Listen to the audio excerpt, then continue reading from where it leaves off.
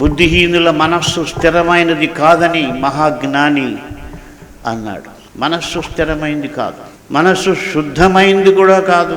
అందుకే దావీదు తాను పశ్చాత్తాపడినప్పుడు 51వ కీర్తనలో నా అంతరంగమందు స్థిరమైన మనస్సును నూతనముగా పుట్టించమన్నాడు.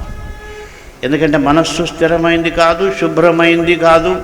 అయితే దేవుని ఆత్మచేతనే అది శుభ్రం కావాలి, నూతనపరచబడాలి, రూపాంతరం చెందాలి, అంటే మారాలి. ఇంకో విషయం మీకు తెలుసా, మన రూపాలు మారుతూ ఉన్నాయి కదా.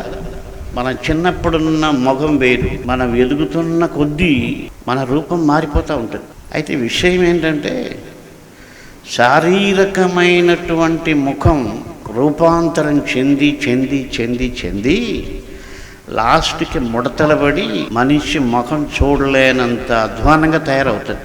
అయితే ఆత్మ సంబంధమైనటువంటి రూపం ఏంటంటే అది మారి మారి మారి మారి నూతన పరచబడి క్రీస్తు యొక్క సారూప్యముతో అత్యంత ఆత్మీయ సౌందర్యాన్ని ధరించుకుంటుంది.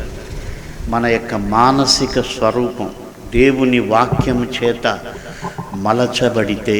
కాబట్టి ఎలాగ రూపాంతరం చెందుతుంది? లోకముతో నువ్వు కలిసిపోతే నీ మనస్సు కూడా భయంకరమైనటువంటి వికృతముగా నీ మనస్సు మారిపోతుంది. ఎందుకంటే లోకం మనస్సుతో తడిస్తే, లోకములో నీ మనస్సు ఊరితే నీ మనస్సు వికృతంగా అయిపోతుంది. దేవుని వాక్యముతో నీ మనస్సు నూతన పరచబడితే, దేవుని వాక్యములో నీ మనస్సు ఊరితే ఒక సుందరమైనటువంటి ఆత్మ సంబంధమైనటువంటి సౌందర్యాన్ని నీ మనస్సు కలిగి ఉంటుంది.